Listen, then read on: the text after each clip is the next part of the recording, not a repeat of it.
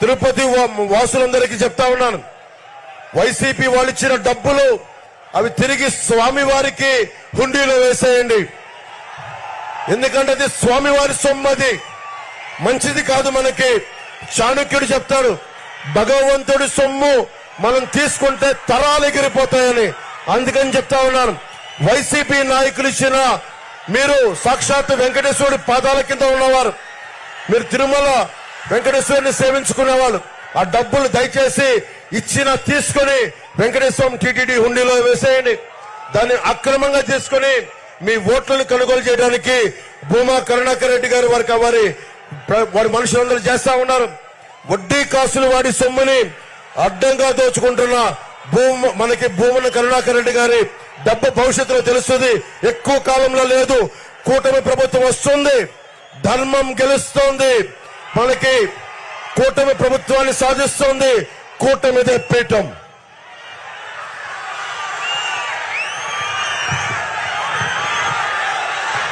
మనం రాగానే దేవస్థానం నుంచి వచ్చే నిధుల్ని ఇక్కడ కాలేజీలకి, ఇక్కడ ఆసుపత్రులకి, ప్రజా సంక్షేమానికి పెడతాం. అన్ని చోట్ల మనం అఖండ విజయం సాధిస్తున్నాం. అన్ని సర్వేలు మొత్తం మనదే విజయం, కూటమిదే విజయం, మనదే ప్రభుత్వం. నేను అడుగుతున్నాను, ఒకటే మిమ్మల్ని కోరుకుంటా ఉన్నాం, మనకి ఎంపీ అభ్యర్థిగా 3 పార్టీలు ఉన్నాయి. ఇక్కడ మనకి ఎంపీ అభ్యర్థిగా వరప్రసాద్ గారు మనకి కమలం గుర్తు మీద జనతా పార్టీ, మనకి భారతీయ జనతా పార్టీ మీద పోటీ చేస్తున్నారు. చంద్రగిరి నుంచి తెలుగుదేశం పార్టీ సైకిల్ గుర్తు మీద పులవర్తి నాని గారు పోటీ చేస్తున్నారు. మన గాజు గ్లాస్ గుర్తు మీద ఆరోని శ్రీనివాసులు గారు పోటీ చేస్తున్నారు. వేదిక పైన సిఆర్ రాజన్ గారికి, నరసింహ యాదవ్ గారికి, డాక్టర్ హరిప్రసాద్ గారికి,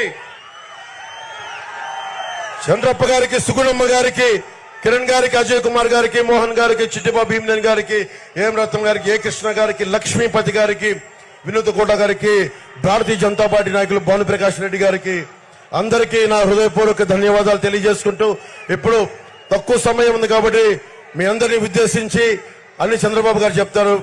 మనకి వారి మాటలు విందాం, వారి సందేశం విందాం.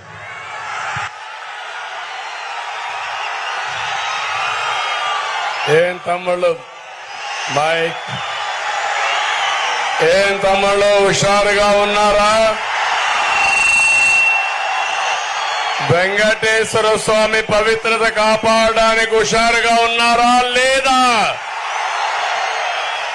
ఏమమ్మా ఆడబిడ్డలు హుషారుగా ఉన్నారా?